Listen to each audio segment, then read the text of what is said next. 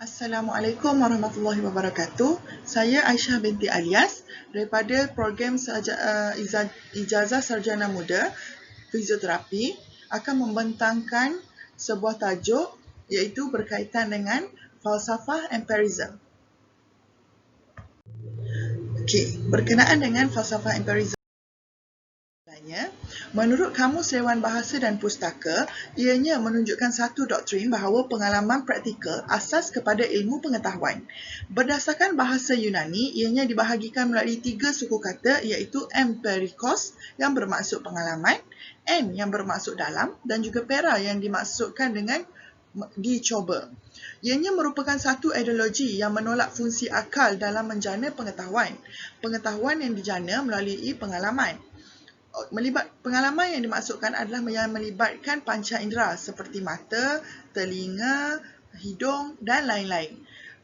Fahaman ataupun ideologi ini lebih cenderung kepada konsep uji kaji dan juga eksperimentasi. Golongan ini memiliki pandangan bahawa ilmu pengetahuan akan dapat diperoleh hanya melalui pengalaman. Hal ini dapat kita lihat dalam masalah sebagai contoh, kita mengetahui apa itu panas. Maka bagi seseorang yang mengamalkan atau mempercayai konsep empirism ini akan berpandangan bahawa api itu panas tapi harus diuji kaji ataupun melalui pengalaman-pengalaman lepas yang menunjukkan bahawa api itu bersifat panas.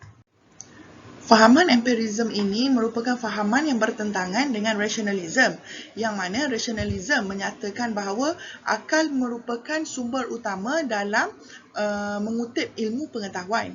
Namun, bagi golongan empirism, ianya hanya menganggap fungsi akal itu sebagai satu tempat penyimpanan bagi pengalaman-pengalaman yang telah ditimba.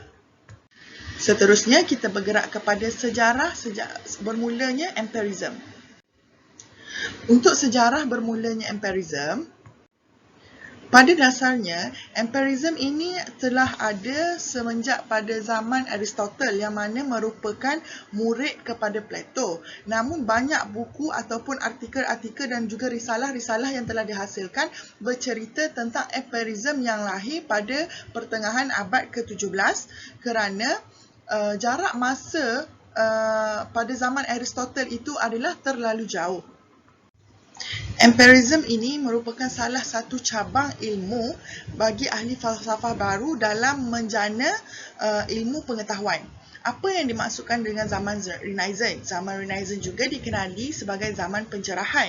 Zaman Renaissance muncul perkembangan besar, iaitu bermaksud meninggalkan ilmu pengetahuan yang lama dan juga mengusahakan ilmu pengetahuan yang baru.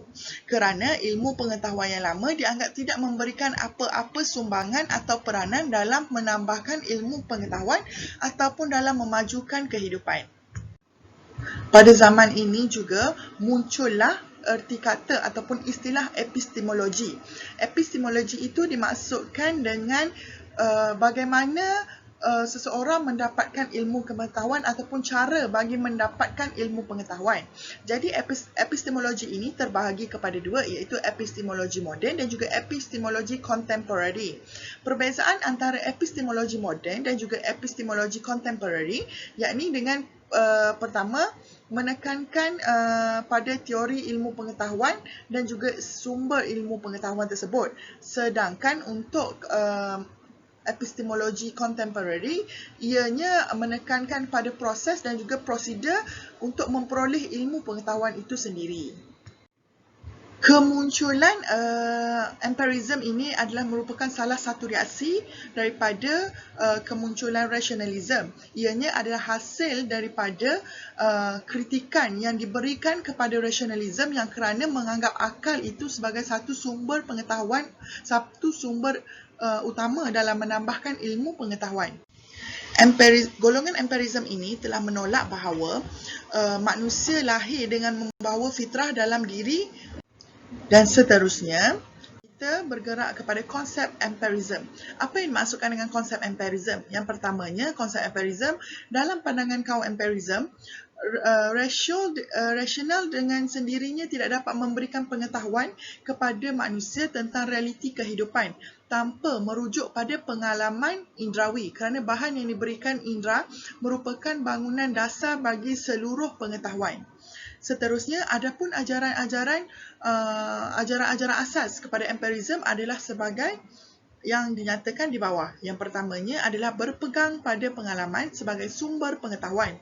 Yang seterusnya berkonsepkan pemikiran posteriori, menimbulkan hasil yang jelas dan terbukti, menggunakan metod berfikir secara induktif. Jadi, secara dasarnya, golongan empirism ini hanya mempercayai bahawa ilmu pengetahuan hanya akan dapat ditimba melalui pengalaman indrawi. Dan terdapat sesetengah daripada mereka yang memang menafikan secara keseluruhannya fungsi akal. Seterusnya, kita bergerak kepada ciri-ciri empirism. Apakah ciri-ciri yang terdapat dalam golongan empirism ini? Yang pertamanya adalah bahawa mereka berpandangan bahawa semua idea dan juga gagasan merupakan abstrak yang dibentuk dengan menggabungkan apa yang dialami oleh diri manusia itu sendiri. Seterusnya, pengalaman indrawi adalah satu-satunya sumber pengetahuan dan bukan akal dan juga rasional. Dan kemudiannya, semua yang kita ketahui pada akhirnya bergantung kepada data indrawi yang telah kita kumpul. Dan akal budi sendiri tidak dapat memberikan kita pengetahuan tentang realiti kehidupan tanpa acuan daripada pengalaman indrawi dan juga penggunaan panca indera itu sendiri. Seterusnya, mengakui bahawa pengalaman sebagai satu-satunya sumber pengetahuan berdasarkan akar katanya. Seterusnya, kita bergerak kepada tokoh-tokoh barat dan juga tokoh-tokoh Islam yang dimaksudkan atau disifatkan yang familiar. Yang pertamanya adalah Francis D. Bacon. Francis D. Bacon ini dilahirkan pada tahun 1561 dan telah meninggal pada tahun 1628. Apakah peranan ataupun sumbangan Francis D. Bacon ini kepada empirism? Yang pertamanya adalah Francis D. Bacon telah meletakkan cara berfikir secara induktif yang dimaksudkan dengan empiris experimental. Beliau juga telah menulis sebuah buku yang bertajuk Novum Organum, iaitu isi kandungan buku itu menulis ataupun menghuraikan tentang penolakan beliau tentang metod logika yang telah diamalkan atau diperkenalkan oleh Aristotle. Bacon ini juga menginginkan penstrukturan semula secara menyeluruh termasuk dalam bidang seni, pengalaman dan ilmu pengetahuan dengan menggunakan metod empiris experimental. Bagi beliau, ilmu hanya akan dapat dicapai melalui pengalaman, percubaan dan juga penyusunan fakta. Selain daripada itu juga, Francis D. Bacon juga telah menulis sebuah buku yang bertajuk Advance of Learning yang diterbitkan pada tahun 1605 yang berisi pandangan Bacon tentang berakhirnya tentang paradigma ilmiah lama dan juga bermulanya paradigma untuk ilmiah ataupun pencarian ilmu yang baru. Kemudian, tokoh yang seterusnya adalah dikenali dengan nama Thomas Hobbes. Thomas Hobbes ini adalah lahir pada 1588 dan juga telah meninggal pada tahun 1679. Thomas Hobbes ini boleh dikategorikan sebagai orang yang pertama pada abad ke-17 yang mengikuti aliran empirism di Inggeris. Beliau telah mendapat pendidikan di University Oxford. Thomas Hobbes ini telah menggabungkan antara empirism dan juga rationalism. Pengetahuan intelektual rasional tidak lain hanyalah merupakan penggabungan data-data indrawi kesemuanya. Jadi, secara tidak langsungnya, Thomas Hobbes berpandangan bahawa segala idea yang ada di dalam fikiran adalah merupakan penggabungan daripada deria-deria ataupun pengalaman-pengalaman deria yang telah kita dapati sebelumnya. Hobbes juga berpandangan bahawa pengetahuan tentang asas-asas yang diperolehi diteguhkan oleh pengalaman. Segala ilmu pengetahuan yang diturunkan dari pengalaman dan demikian hanya pengalamanlah yang menjadi jaminan kepada sesuatu ilmu dalam memastikan kesahihannya. Tokoh yang seterusnya adalah John Locke.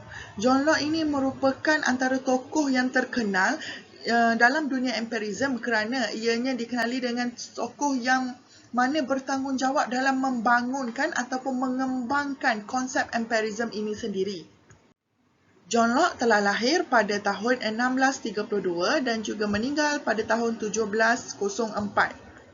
Beliau merupakan orang yang sangat suka tentang falsafah, teologi dan turut mendalami ilmu kedoktoran dan kimia. John Locke terkenal dengan konsep tabula rasa. Apa yang dimaksudkan dengan konsep tabula rasa? Iaitu John Locke berpendapat bahawa seorang manusia yang lahir ke dunia ini diibaratkan sebagai sehelai lembaran dan ataupun kain putih. Maka pengalaman-pengalaman yang didapatinya lah yang akan mencorakkan pemikiran ataupun kepribadian seorang manusia tersebut. John Locke juga telah menolak fungsi akal selain hanya beranggapan bahawa akal itu merupakan tempat penyimpanan segala pengalaman-pengalaman yang telah didapati sebelumnya. Konsep atau imej yang tertera pada minda seseorang terhasil melalui pengalaman atau panca inderanya sahaja. Di dalam sebuah bukunya yang bertajuk An Essay Concerning Understanding, buku ini dikeluarkan tatkala menentang innate idea ataupun dikenali sebagai fitrah yang dibawa golongan rationalism. Seterusnya, kita bergerak kepada David Hume. David Hume ini merupakan salah seorang daripada tokoh empirism yang mana lahir pada tahun 1711 dan juga meninggal pada 1776. David Hume berpandangan bahawa memperlihatkan bahawa manusia seringkali memperdebatkan hal-hal yang berkaitan pemerhatian sehingga dibelenggu konsepsi tentang dunia dan dia merasakan itu tidak perlu dalam menambah ilmu pengetahuan. Teori yang dirumuskan di dalam satu tulisan beliau yang bermaksud tidak ada sesuatu di dalam fikiran kita selain didahului dengan pengalaman. Pernyataan ini jelas dan juga sejajar dengan dasar yang diberikan oleh ideologi empirism. Hume juga menyeru manusia untuk mengalami kenyataan bersama hubungan dan kenyataan bersama persepsi. Persepsi itu ianya terbahagi kepada dua, iaitu kesan dan juga idea. Seterusnya, kita bergerak pada tokoh Islam yang berpandangan atau terkenal dalam ideologi empirism, iaitu salah seorangnya merupakan Ibn Taymiyah. Ibn Taymiyah, empirism menurut Ibn Taymiyah terlihat ketika kritikannya yang paling mendasar terhadap logik Aristotle berkaitan dengan klaimnya bahawa ada premis dengan nilai kebenaran yang universal yang tidak perlu dipersoalkan. Bermula apabila berpendapat bahawa Islam hanya dapat difahami melalui Al-Quran, Al-Sunnah dan juga Qiyas. Dalam keyakinannya, Al-Quran dan Al-Sunnah Nabi pada prinsipnya telah mencakupi semua urusan agama. Beliau juga telah membangunkan konsep epistemologinya dengan fitrah. Berbeza dengan tokoh barat tadi, yang mana mereka mentah-mentah telah menolak bahawa adanya innate idea ataupun fitrah. Namun, lain bagi Ibn Taymiyah, dia juga telah membangunkan epistemologinya melalui innate idea ataupun fitrah. Namun begitu, Ibn Taymiyah masih mempercayai atau menerima fungsi akal. Beliau juga masih berpegang bahawa adanya sumber lain sebagai sumber pengetahuan seperti wahyu.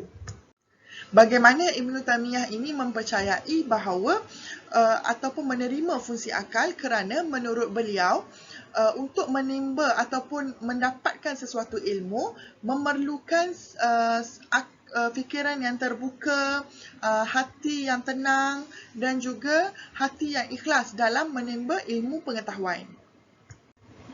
Okey. Ini merupakan gambar Ibn Taymiyah. Okay. Berikut disenaraikan juga beberapa kelebihan yang dimiliki oleh Ibn Taymiyah, menunjukkan beliau merupakan seorang yang cerdik pandai sejak daripada di awal usia beliau lagi. Seterusnya, kita bergerak kepada pecahan empirism. Pecahan empirism ini terbahagi kepada 3, iaitu empirism criticism. Okey. Apa yang dimaksudkan dengan empirism criticism? Empirism criticism ini merupakan satu aliran yang membangkitkan kembali ideologi David Hume dan juga George Berkeley, yang mana sama sekali menafikan fungsi akal dalam menambahkan ilmu pengetahuan. Empirism criticism ini merupakan satu ideologi ataupun konsep yang mana anti-metafizik. Aliran ini adalah bagi menyangkal maksud pengalaman dari konsep bahan, keniscayaan dan sebab akibat sebagai pengertian a priori dan menggantikan konsep dunia sebagai elemen dan juga sensasi. Seterusnya, kita bergerak kepada pecahan empirism yang kedua, iaitu empirism logik. Apa yang dimaksudkan dengan empirism logik? Empirism logik ini merupakan satu ideologi yang mana berpendapat bahawa empiris berpegang kepada beberapa prinsip atau pandangan berikut dan adanya batas-batas bagi empirism itu sendiri. Seterusnya, prinsip sistem logik dan prinsip kesimpulan induktif tidak dapat dibuktikan dengan merujuk pada pengalaman. Okey. Mereka juga berpandangan bahawa semua cadangan benar dapat diterjemahkan dan dalam cadangan mengenai data akal yang lebih kurang sama dan data deria yang wujud buat masa seketika. Okey, kemudian kita bergerak kepada empirism radikal. Apa yang dimaksudkan dengan empirism radikal? Empirism radikal ini merupakan pengetahuan yang bukan berasal daripada pengalaman, tidak dianggap sebagai sebuah pengetahuan. Namun, ada setengah pihak daripada golongan empirism ini masih belum boleh menerima bahawa adanya perkataan kemungkinan ataupun probability yang wujud dalam pencarian ilmu mengikut cara empirism itu sendiri. Jadi, mereka beranggapan bahawa sesuatu yang tidak pasti, yang tidak ada hujah untuk menggoyahkan adalah dianggap sebagai sesuatu yang pasti. Seterusnya, kita bergerak kepada kritikan-kritikan yang diterima oleh falsafah ideologi empirism itu sendiri. Yang pertamanya adalah keterbatasan panca indera. Keterbatasan panca indera yang dimaksudkan adalah ada kritikan yang menyatakan bahawa golongan empirism ini lupa bahawa manusia itu sendiri mempunyai batas, panca indera manusia itu sendiri mempunyai batas-batas yang tertentu. Sebagai contoh, mata tidak boleh melihat dalam jarak yang terlalu jauh dan juga telinga tidak boleh mendengar pada bunyi yang terlalu jauh. Ini adalah yang dimaksudkan dengan keterbatasan panca indera itu sendiri. Seterusnya adalah objek seringkali menipu.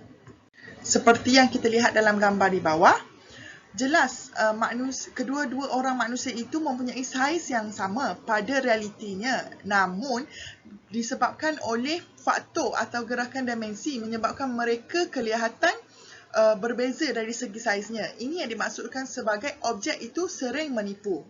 Seterusnya, kita bergerak kepada indera juga sering menipu. Bagaimana yang dimaksudkan dengan indera sering menipu? Sebagai contoh, apa yang kita lihat belum tentu apa yang terjadi. Ini juga boleh dicontohkan dalam situasi yang mana kadang-kadang manusia itu sendiri melakukan kesilapan, yang mana tersilap dalam melihat atau memandang sesuatu situasi itu. Seterusnya adalah wujudnya elemen-elemen ataupun ilmu-ilmu pengetahuan yang didapatkan daripada pengalaman yang bersifat tidak dapat memberikan kepastian ataupun kurang pasti ataupun disebut sebagai kemungkinan. Ini merupakan kritikan ideologi untuk empirism. Seterusnya, kesan empirism terhadap peradaban manusia. Apakah kesan empirismnya? Yang pertama adalah dari segi perkembangan jiwa. Berbalik kepada konsep tabula rasa John Locke tadi yang menyatakan bahawa manusia, anak-anak yang lahir ke dunia ini merupakan atau diibaratkan sebagai satu lembaran kain putih yang mana ibu bapa lah yang akan mencorakkan bagaimana corak yang hendak diberikan kepada anak-anak tersebut, yang mana membentuk acuan dalam perkembangan jiwa anak-anak mereka. Seterusnya adalah berdasarkan perkembangan ilmu sains dan teknologi. Jelas seperti yang diterangkan pada awal tadi bahawa empirism ini merupakan satu ilmu atau satu ideologi yang mana mementingkan pengetahuan ataupun ilmu berdasarkan pengalaman yang ataupun lebih bersifat uji kaji dan juga eksperimental. Ini adalah jelas berkait dengan ilmu sains dan juga teknologi. Maknanya kita boleh melihat bahawa skop ilmu sains itu sendiri mementingkan ataupun menerapkan konsep empirism yang mana melalui uji kaji. Begitu juga bersangkutan atau berkaitan dengan teknologi. Manusia belajar menguji ataupun mencari bagaimana cara untuk mengembangkan kita punya bidang teknologi. Yang mana secara tidak langsung itu merupakan salah satu daripada ideologi empirism. Okay. Seterusnya, perkembangan pendidikan. Perkembangan pendidikan ini adalah melalui konsep empirism itu sendiri, yang mana dalam bentuk pencarian ilmu pengetahuan melalui kajian. Kajian dimaksudkan adalah seperti kajian-kajian, tulisan-tulisan ataupun risalah-risalah yang telah ditulis, artikel-artikel yang telah dikeluarkan. Itu memerlukan kajian daripada penulis sebelum mengeluarkan atau menerbitkan satu artikel yang mana dapat mengembangkan ataupun memberi pengetahuan baru kepada pembaca-pembaca yang lain. Itu secara kesimpulannya, kita dapat lihat empirism merupakan satu cabang ilmu yang dibangunkan bagi mendapatkan kepastian atau kesahihan dalam sesuatu ilmu pengetahuan dan memastikan epistemologi untuk sesuatu pengetahuan itu adalah berbentuk mutlak dan juga menggunakan cara uji kaji, pemerhatian dan juga pengalaman. Oleh disebabkan itu, para ahli falsafah empiris menekankan unsur sensasi, iaitu mata, telinga, hidung dan sebagainya sebagai sumber kepada pengetahuan. Seperti mana apa yang telah dihuraikan di atas, pandangan empirism menurut tokoh Islam maupun Barat masing-masing mengetengahkan dasar yang sama, yang mana telah memberikan impak yang besar terhadap dunia pendidikan, namun berbeza dari segi epistemologi dan juga dari segi kepercayaan ataupun pegangan. Tokoh empirism Islam yang dikenali sebagai Ibn Taymiyyah seperti yang dijelaskan tadi menerapkan konsep epistemologinya melalui fitrah ataupun innate idea, namun berbeza dengan tokoh Barat yang mana menolak ataupun menafikan tentang kewujudan innate idea ini sendiri. Secara tidak langsung, Ibn Taymiyyah ini masih berpegang bahawa adanya sumber lain yang dijadikan sebagai punca sesuatu ilmu pengetahuan itu sendiri. Jadi untuk hari ini sampai di situ saja saya punya perbentangan. Dengan itu, sekian, terima kasih.